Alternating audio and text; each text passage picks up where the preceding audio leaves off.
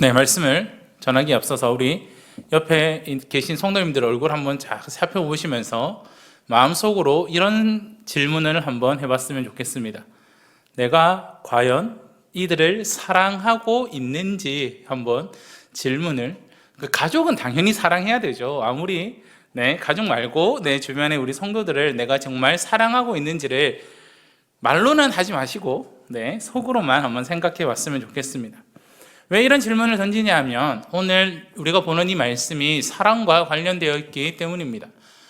우리가 살아가는 이 시대에는 어떻게 보면 사랑이 부족하다라고 말할 수 있는 시대를 살아가고 있습니다. 어느 교회에 어느 목사님이 청년부 설교 시간에 이렇게 이야기합니다. 요즘은 사랑이 없어지는 시대를 살아가고 있습니다.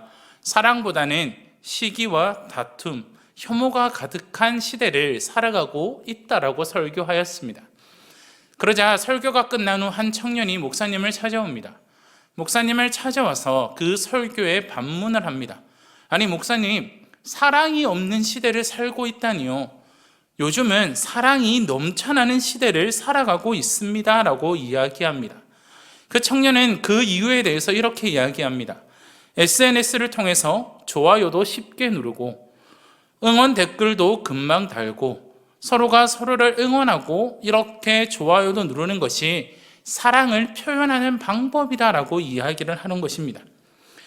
청년은 이렇게 말하고 집으로 가게 됩니다. 그리고 그날 저녁 그 청년부가 모인 단톡방에서 아주 작은 일이 일어나게 됩니다. 어느 한 청년이 자신이 처한 그 상황과 그 힘듦을 기도 제목으로 올리게 됩니다. 그러자 몇몇 사람들이 그것이 도대체 무엇이 힘드냐? 그것은 잠시 지나가는 것뿐이다 라고 이야기를 합니다. 그러자 그 기도 제목을 올린 청년은 마음이 상해서 어떤 사람이 남긴 그 말 한마디가 자신에게 오해가 되고 또 어떤 사람은 그것을 읽고 무시하는 것이 무관심으로 느껴지게 되고 또한 자신을 응원하는 그 이모티콘 하나가 자신의 그 상황을 비꼼으로 해석되게 됩니다. 결국 그 결과 그 기도를 부탁한 청년은 그 단톡방을 나가게 되고 청년부 모임에 참석하지 않게 되었습니다. 아이러니하게도 서로의 소식은 SNS로 다 알고 있었지만 서로의 아픔은 돌아보지 않았다는 것입니다. 온라인에서는 서로가 모두 빛나는 하루고 서로가 사랑으로 가득 찬 하루였지만 오프라인에서는 서로의 얼굴을 밝히지도 않고 서로가 사랑으로 보듬어 주지 않는 그런 모습을 보게 되었습니다. 과연 이들의 하는 이 행동이 사랑이 넘치는 시대를 살아가고 있는 것일까요? 과연 이들이 그런 행동이 사랑이 가득하다라고 말할 수 있는 것일까요? 요즘 살아가는 이 시대는 이와 같은 시대를 살아가고 있습니다. 교회 안에서도 사랑이 넘치기보다는 시기와 다툼, 혐오가 가득한 시대를 살아가고 있다는 것입니다. 요한 1서를 기록한 요한은 사랑에 대해서 강조합니다. 요한 1서를 한번 자세히 살펴보시면 다 53번이라는 그 숫자 동안 사랑을 기록하고 있습니다. 이 사랑이라는 단어가 53번 등장합니다. 요한은 오늘 본문에서도 이 사랑이 얼마나 중요한지를 강조하고 있습니다. 요한은 사랑하는 자들아 라는 말로 본문을 시작합니다. 요한은 형제 사랑이라는 이 사랑의 계명을 다루기 위해 편지를 받는 성도들을 사랑하는 자들아 라고 칭하며 주의를 모으고 있습니다. 요한일서 2장 7절에서 8절 상반절을 보시면 이렇게 요한은 말씀합니다. 사랑하는 자들아, 내가 새 계명을 너희에게 쓰는 것이 아니라 너희가 처음부터 가진 옛 계명이니 이 옛 계명은 너희가 들은 바 말씀이거니와 다시 내가 너희에게 새 계명을 쓰노니라고 이야기합니다. 이것을 보면 이해가 되십니까? 옛 계명, 새 계명이 계속해서 반복해서 나오고 있습니다. 요한은 참 헷갈리게 표현을 하고 있습니다. 지금 전하는 것이 옛 계명인지 아니면 새 계명인지를 알 수 없게 표현합니다. 요한일서 2장 7절에서 8절에서 사도 요한이 이 요한이 말하는 바가 무엇입니까? 요한은 이렇게 이야기하는 것입니다. 나는 너희가 처음부터 가진 옛 계명에 대해서 이야기를 할 텐데 그것이 바로 내가 말하는 새 계명이다라고 말하고 있는 것입니다. 즉 옛 계명과 새 계명은 같은 것이다라고 말씀하고 있습니다. 요한이 이야기하려는 이 형제의 사랑이라는 계명은 구약의 율법에서도 예수님이 명하신 말씀에서도 볼 수 있습니다. 레위기 19장 18절에 보시면 이렇게 말씀합니다. 원수를 갚지 말며 동포를 원망하지 말며 내 이웃 사랑하기를 내 자신과 같이 사랑하라. 나는 여호와이니라 라고 말씀합니다. 신명기 6장 5절에서는 이렇게 말씀합니다. 너는 마음을 다하고 뜻을 다하고 힘을 다하여 내 하나님 여호와를 사랑하라 라고 말씀하고 있습니다. 예수님은 이 두 구절을 합쳐서 이렇게 말씀하고 계십니다. 마태복음 22장 37절에서 39절까지의 말씀입니다. 예수께서 이르시되 내 마음을 다하고 목숨을 다하고 뜻을 다하여 주 너의 하나님을 사랑하라 하셨으니 이것이 크고 첫째 되는 계명이요 둘째도 그와 같으니 내 이웃을 내 자신같이 사랑하라 하셨으니 라고 말씀하고 있습니다. 요한은 이웃 사랑이, 이 형제 사랑이 하나님이 처음부터 주신, 그리고 그들이 말씀을 통해 들은 옛 계명이라고 말하면서 다시 내가 너희에게 새 계명을 쓴다라고 말합니다. 왜 요한은 옛 계명이라 말하지 않고 새 계명이라고 말하는 것일까요? 그것은 예수님으로 인해 이 계명이 새롭게 되었기 때문입니다. 무슨 말이냐 하면 예수님께서는 십자가에 달려 돌아가시기 전에 제자들에게 이렇게 말씀하십니다. 새 계명을 너희에게 주노니라고 말씀합니다. 이것은 이전에 없던 계명이 아닙니다. 이미 있는 계명을 새롭게 하신 것을 이야기하고 있습니다. 그 의미가, 그 계명이 갖는 의미가 살아났음을 예수님이 말씀하고 계시는 겁니다. 예수님께서는 십자가를 지심으로써 율법의 핵심인 이 계명을 온전히 실현하심으로 새로운 차원을 여셨다라는 것을 말씀해 주고 있습니다. 목숨과 마음과 뜻을 다하여 하나님을 사랑하시고 하나님이 택하신 백성을 사랑하셔서 예수님 자신을 대속 제물로 주셨습니다. 예수님께서는 삶 속에서 그리고 십자가의 죽으심으로 이 사랑의 계명을 완성하셨음을 우리는 볼 수 있습니다. 이 사랑의 계명을 이제는 우리가 이루어 가야 합니다. 그렇게 요한은 8절 후반절에서 다음과 같이 말씀하고 있습니다. 요한일서 2장 8절 후반절을 보시면 다시 내가 너희에게 새 계명을 쓰노니 그에게와 너희에게도 참된 것이라 라고 이야기합니다. 그 계명이 그에게, 예수님에게와 나에게도 참된 것이다 라고 이야기합니다. 예수님은 삶과 죽음과 부활을 통해 사랑의 본을 보여주셨습니다. 사랑의 본을 보여주신 예수님은 제자들에게 또한 우리들에게 다음과 같이 말씀하십니다. 요한복음 13장 34절의 말씀입니다. 우리 같이 한번 읽어보겠습니다. 새 계명을 너희에게 주노니 서로 사랑하라. 내가 너희를 사랑한 것 같이 너희도 사랑하라 라고 말씀하고 계십니다.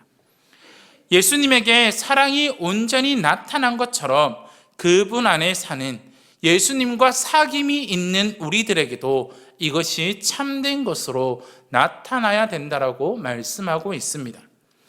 요한은 하나님을 사랑하고 이웃을 사랑하는 것이 우리에게 참된 것으로 나타날 수 있는 것은 어둠이 지나가고 참빛이 우리에게 비춰지고 있기 때문이라고 이야기합니다. 마틴 로이드 존스 목사님은 다음과 같이 말씀합니다. 그리스도인은 그분으로부터 새로운 생명을 받았으며 또한 성령의 공급하시는 힘을 부여받았기 때문에 하나님이 처음 이 계명을 주실 때의 의도대로 주위의 형제 자매들을 사랑할 수 있다라고 말씀합니다. 참 빛이신 예수님께서 우리 안에 있는 어둠을 물리치시고 빛을 비추어 주심으로 우리가 사랑하라라는 그 계명에 순종할 수 있다라는 것입니다. 예수님과 사귐을 갖는 자는 그 안에 어둠이 물러가고 있기 때문에 사랑이 참된 것으로 나타날 수 있다라고 말씀하고 있는 것입니다. 이후 요한은 빛 가운데 있다 하면서 그 형제를 미워하는 자는 지금까지 어둠에 있는 자라고 말하고 있습니다. 여기서 지속적으로 형제를 미워하는 관계 속에서 살아가는 사람을 의미합니다. 형제를 미워하는 것이 그 사람의 삶의 특징임을 말씀해 주고 있다는 겁니다. 요한은 그런 자에 대해서 지금까지 어둠에 있는 자라고 판단합니다. 다시 말해 참빛이신 예수님 안에 산다고 말하면서 형제를 미워하는 자는 실상 예수님 밖 곧 어둠에 있는 자라고 정죄하고 있는 것입니다. 형제를 미워한다는 것은 무엇을 의미할까요? 형제를 미워한다는 것은 그 사람을 증오하고 그 사람을 폭력하고 그 사람에 대한 분노와 비방과 같은 외적인 현상만을 이야기하는 것이 아닙니다. 형제를 미워한다는 것은 적극적이고 능동적인 사랑의 부재로 나타난다는 겁니다. 다시 말하자면 무엇을 이야기하냐? 성도에 관한 철저한 무관심도 형제를 미워하는 것입니다. 성도에 관한 공감도 없고 동정도 없고 사랑을 표현하지 않는 것도 형제를 미워한다는 것입니다. 그 사람이 기쁠 때 함께 기뻐하고 그 사람이 아플 때 함께 아파하고 그 사람이 슬플 때 함께 슬퍼하는 것이 형제를 사랑하는 자의 모습이라는 겁니다. 그런데 우리 안에 그것이 없으면 형제를 미워하는 자라고 이야기하고 있는 것입니다. 요한은 11절에서 다시 한번 같은 말을 반복합니다. 요한일서 2장 11절입니다. 그의 형제를 미워하는 자는 어둠에 있고 또 어둠에 행하며 갈 곳을 알지 못하나니 이는 그 어둠이 그의 눈을 멀게 하였음이라. 형제를 미워하는 자는 어둠에 있는 자이며 갈 곳을 알지 못하는 자입니다. 그런데 그것이 여기서 끝나는 것이 아닙니다. 형제를 미워하는 자는 어둠이 그의 눈을 멀게 하였다라고 말하고 있습니다. 얼마나 무서운 말입니까? 어둠에 있고 어둠에 행할 뿐만이 아니라 어둠이 그의 눈을 멀게 하였다라고 요한은 말씀합니다. 형제 사랑이라는 계명에 불순종하는 것은 결정적으로 그 사람의 눈을 멀게 해서 지속적으로 불순종하게 만드는 것을 이야기합니다. 형제에 대한 미움은 우리의 시각을 왜곡시킵니다. 이것은 실상 우리의 심성을 비롯한 전부를 망가뜨리기도 합니다. 미움은 눈을 멀게 해서 참된 것을 분별할 수 없게 합니다.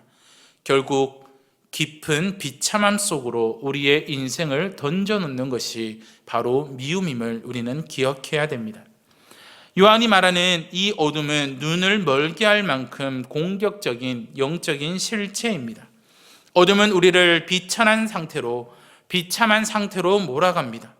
그리고 그 문제는 어둠에 있는 사람은 자신의 상태를 전혀 알지 못한다라는 겁니다. 어둠으로 눈이 먼 사람은 자신이 어디에 있는지 어디로 가는지 알지 못합니다. 그러하기에 어둠 가운데 거하면서 형제를 미워하면서도 자신은 형제를 사랑하고 있다고, 빛 가운데 거하고 있다라고 무서운 자기 기만에 빠지게 되는 것입니다. 그렇다면 하나님과의 사귐이 있는 자의 증거는 무엇이라고 말하고 있습니까? 요한은 10절에서 그 증거가 무엇인지를 말해주고 있습니다. 그의 형제를 사랑하는 자는 빛 가운데 거하여 자기 속에 거리낌이 없으나라고 말씀합니다. 요한은 형제를 사랑하는 사람은 빛 가운데 거하는 사람이라고 말합니다. 거기에 더하여 자기 속에 거리낌이 없다라고 말합니다. 거리낌이라고 번역된 이 단어는 원어를 살펴보면 덫을 이야기하고 사람을 넘어지게 만드는 돌부리를 이야기합니다. 이 단어는 신약 성경을 자주 살펴보시면 자주 등장합니다. 넘어지게 하다, 실족하게 하다, 걸림돌 등으로 사용되고 있는 것을 우리는 볼 수 있습니다. 그런데 요한은 이 본문에서 그 대상을 다른 사람을 지칭하는 것이 아니라 누구를 지칭하고 있을까요? 바로 나 자신을 지칭하고 있습니다. 그래서 그 의미를 정확하게 번역하자면 그의 형제를 사랑하는 자는 빛 가운데 거하고 그 안에 거칠은 것이 없다라고 말합니다. 즉 걸림돌이 없다라고 말합니다. 자신을 넘어지게 하는 요소가 될 수 없다라고 이야기합니다. 형제를 사랑하는 자는 빛 가운데 거하고 그 안에서 행하는 사람이기 때문에 넘어질 일이 없다라고 이야기하고 있습니다. 즉, 이 말의 뜻을 더 쉽고 정확하게 번역하자면 하나님의 뜻 안에서 반하여 행하도록 이끄는 것을 조금도 두지 않는 것입니다. 즉, 하나님을 떠나 그 어둠 속으로 가지 않게 한다라고 말하고 있는 것입니다. 형제를 사랑하는 것은 어떠한 의미일까요? 느낌적인 사랑을 이야기하는 것이 아닙니다. 제가 성도님들 사랑합니다 라고 말하는 게 사실일까요? 거짓일까요? 사실일까요? 과연 그럴까요? 모르겠죠. 이거는 느낌적인 느낌이죠. 또한 말로만 하는 사랑이 아닙니다. 우리는 말로는 너무나도 많이 이야기합니다. 아이고 자매님 사랑합니다. 아이고 형제님 사랑합니다 라고 이야기하면서 속으로는 무슨 생각을 하는지 잘 알지 못합니다. 그런데 성경에서 말하는 형제의 사랑은 바로 행함으로 보여지는 사랑을 이야기하고 있다는 것입니다. 예수님께서 말씀하시고 가르치신 사랑은 대가를 지불하는 것입니다. 형제를 위해서 불편함을 감수하는 것을 이야기합니다.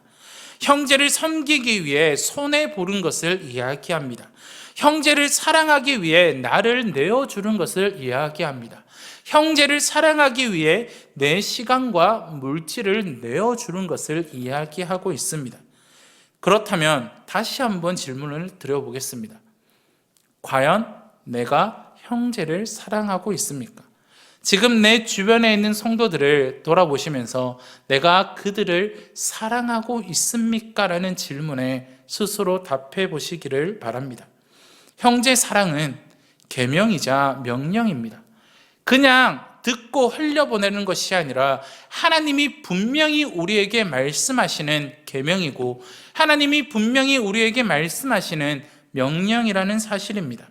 형제 사랑은 그리스도인이 성도가 예수님과 사귐을 가지며 살아가는 증거가 된다는 것입니다.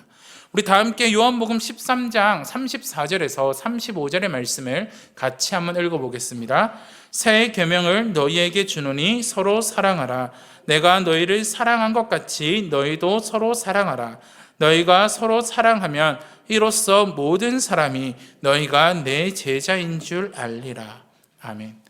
그리스도와 사귐이 있는 삶을 살아가는 성도는, 빛 가운데 거하는 삶을 살아가는 그 성도는 그 삶 가운데 형제를 사랑하는 것이 마땅하다라는 겁니다. 우리는 어떻게 살아가고 있습니까? 내 주변의 성도들을, 형제를 사랑하고 있습니까? 아니면 그들을 미워하고 있습니까? 요한은 요한일서 3장 15절에서 이와 같이 말씀하고 있습니다. 그 형제를 미워하는 자마다 살인하는 자니 살인하는 자마다 영생이 그 속에 거하지 아니하는 것을 너희가 아는 바라라고 말씀합니다. 형제를 미워하는 자는 살인하는 자입니다. 그 사람을 분노하고 그 사람을 폭력하고 그 사람을 비방하는 것이 끝나는 것이 아니라 그 사람의 아픔을 함께 공감하지 못하고 그 사람의 기쁨을 함께하지 못하고 그 사람을 무관심하게 돌보지 않는 것도 살인하는 것과 마찬가지라고 이야기하고 있는 것입니다. 이 말씀에 비추어 볼 때 형제를 미워하는 것은 사소한 문제가 아니라 심각한 문제임을 우리는 잊지 말아야 합니다. 미움은 가족 안에서도 교회 안에서도 예수님을 믿는 사람 가운데서도 일어나는 문제입니다. 어제 오늘의 문제가 아니라는 겁니다. 미움은 어둠에 있음을 증명할 뿐만이 아니라 우리의 눈을 멀게 해서 우리의 인생을 점점 비참하게 만드는 것입니다. 형제를 미워하며 살아가는 사람은 사사건건 넘어지게 될 것입니다.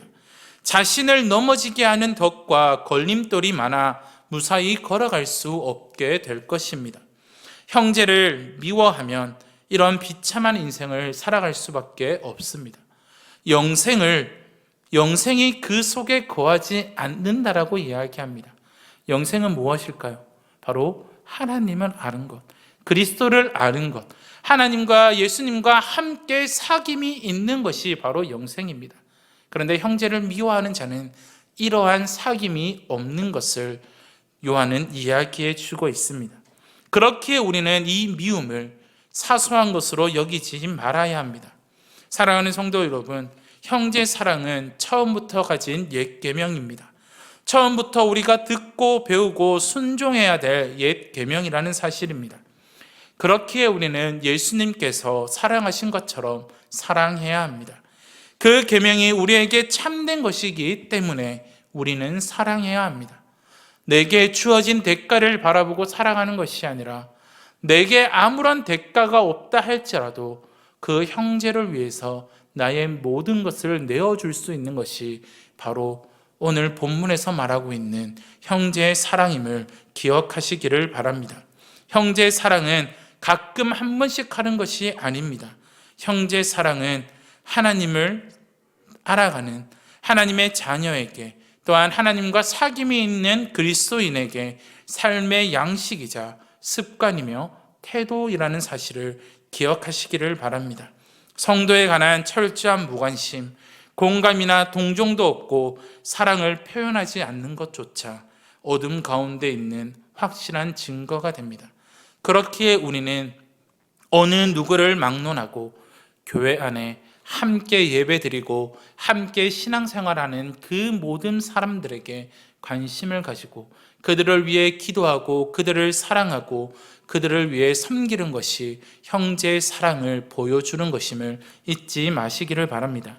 아무런 조건 없이 우리를 사랑하신 이 예수님의 모습을 본받아 오늘부터 형제를, 성도를 사랑하는 성도들이 되시고 그 사랑이 우리 성동교회 안에서 가득 넘치기를 주님의 이름으로 축원드립니다.